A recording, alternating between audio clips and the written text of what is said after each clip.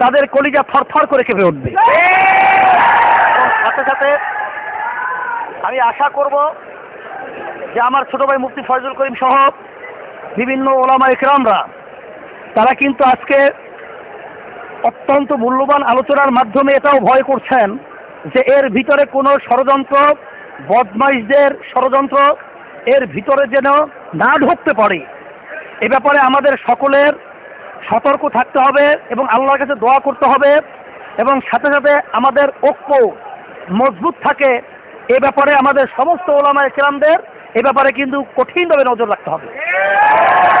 আর সাথে সাথে আজকে আপনারা লক্ষ্য করছেন যে এখন আলোচনা লম্বা চৌড়া না, বাংলাদেশের মধ্যে ইসলামের বিরুদ্ধে, মুসলমানদের বিরুদ্ধে যে ষড়যন্ত্র চলছে সেটা আপনারা বিভিন্ন পদ্ধতিতে লক্ষ্য করছেন যে আজকে বাংলাদেশের ভিতরে ৯৭% মুসলমান থাকা সত্ত্বেও আজকে আল্লাহর হুকুম পর্দা ফরজ, আইনের দিক থেকে কিন্তু এক পর্যায়ে রায় হয়ে আছে যে আপনার মেয়েকে আপনি বোরখা পরতে বলতে পারবেন না, আপনার স্ত্রীকে কিন্তু আপনি বোরখা পরতে বলতে পারবেন না।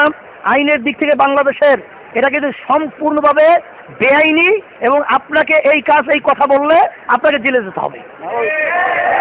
আপনারা লক্ষ্য করছেন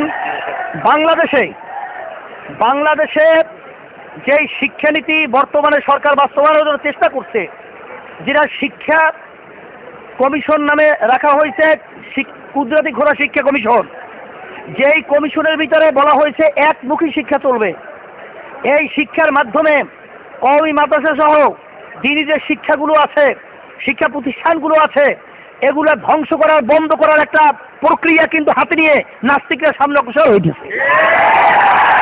আপনারা লক্ষ্য করছেন যেই নারী নীতি প্রণয়ন করা হয়েছে, যেই নারী নীতি সম্পূর্ণভাবে কোরআন এবং হাদিস এবং ইসলাম বিরোধী, এই নারীদের অধিকারের নামে আজকে বাংলাদেশের মধ্যে যে ষড়যন্ত্র শুরু হয়েছে, আপনি কিছুদিন পরেই সেই বিদেশে স্থায়ী বাংলাদেশে বাস্তবায়নের জন্য আপনার প্রধানমন্ত্রী থেকে শুরু করে বিদেশে তারা বলতে পারে সন্তানটা আমার, সেই প্রক্রিয়া বাস্তবায়নের জন্য বাংলাদেশে সেই অবস্থান তৈরি করার জন্য আজকে কিন্তু বিভিন্ন পরিচয়ের সঙ্গে মায়ের নাম যোগ করা হইতেছে। তাতে আপনারা লক্ষ্য করছেন আজকে যে বিবাহ আইনের ব্যাপারে আইন মন্ত্রী যে বক্তব্য রেখেছে, এর মাধ্যমে প্রমাণিত হয়েছে যে নাস্তিকরা বাংলাদেশের ভিতরে মুসলমান এবং ইসলামকে ধ্বংস করার জন্য পুরাপুরিভাবে তাদের ষড়যন্ত্রের লক্ষ্যে পুরা চূড়ান্ত পর্যায়ে তারা পৌঁছে গেছে। তাম দুনিয়ায় কোথাও নেই এই আইন, যেই আইন বাস্তবায়ন আমাদের আইন মন্ত্রী করতে যাচ্ছেন, যে আইন বাস্তবায়নের জন্য তারা প্রক্রিয়া হাতে নিয়েছেন। আজকে মুসলমানেরা যদি তারা হিন্দু থাকা অবস্থায় বিবাহ করে, খ্রিস্টান থাকা অবস্থায় যদি বিবাহ করে, সেটা কি ইসলাম সমর্থন করে? এর জন্যই আজকে কোনো ধর্মই সমর্থন বাংলাদেশের ভিতরে দেখবে, তাম দুনিয়ার মধ্যে কোনো ধর্মই কিন্তু এই আইন তারা কিন্তু স্বীকার করবে না, বাস্তবায়ন তারা কিন্তু মানতে রাজি না। তারপরেও যে প্রক্রিয়া হাতে নেওয়া হয়েছে, এ দ্বারা সম্পূর্ণভাবে মানুষদেরকে পশু বানাবার একটা ষড়যন্ত্র চলছে। সেই হিসাবে সম্মানিত ওলামা ইকরাম, ফেরেদার মুরব্বিয়ান ইকরামদেরকে অনুরোধ করব, আহলে সুন্নাত ওয়াল জামাত আমরা আল্লাহর ফজল ও করমে যারা রয়েছি, আমাদের ভিতরে ভুল ত্রুটি থাকতেই পারে। আল্লাহর রাস্তায় অনুরোধ করব যে আমাদের ভুল ত্রুটি আমরা আলোচনার মাধ্যমে সমাধান করব, কিন্তু আমরা যদি বিভিন্ন পর্যায়ে ছোট ছোট দলে বিভক্ত হয়ে থাকি তাইলে কিন্তু ওই নাস্তিক, বেঈমান, বদমাইশ এরা কিন্তু আমাদেরকে ধ্বংস করার জন্য সুযোগ খুঁজে পাবে, এই সুযোগ আর দেওয়া যাবে না। আমি সকল কাছে দোয়া চাইতেছি এবং আজকের এই সেমিনার আল্লাহ খাস মেহেরবানে বাংলাদেশে একটা ইতিহাস হয়ে থাকবে এবং এর কার্যক্রম যে ওলামা ইকরামরা যে প্রস্তাব রেখেছেন আল্লাহর ফজলে বাস্তবায়নের জন্য, আমি আপনাদের সঙ্গে আজকে একত্রিত হতে পারে আমি যে কি খুশি হয়েছে এটা আমার বাসায় ব্যক্ত আমি করতে পারবো না। তবে সাথে সাথে আমি এতটুকু বলবো, ওলামা ইকরামরা আপনাদের সামনে অগ্রসর হন, আমরা খাদেম হিসেবে আপনাদের পিছনে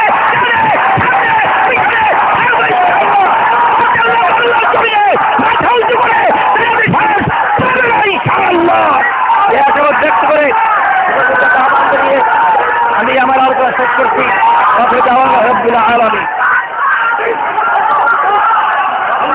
আমিন। وقنا عذاب النار রব্বির হামহুমা কামা রব্বায়ানি সগীরা। হে আল্লাহ, আপনি সেমিনারকে ইসলামের জন্য কবুল করে নেন।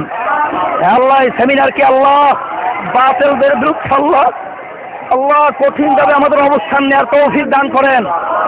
আল্লাহ, ষড়যন্ত্রকারীদের ষড়যন্ত্র আল্লাহ আপনি ওদেরকে নস্যাৎ করে ইসলাম ও মুসলমানদের শক্তি এবং আহলে সুন্নাত ওয়াল জামাআতের ইজ্জত আল্লাহ আপনি রক্ষা করেন। হে আল্লাহ, বাতিলকে আপনি ধ্বংস করে দেন।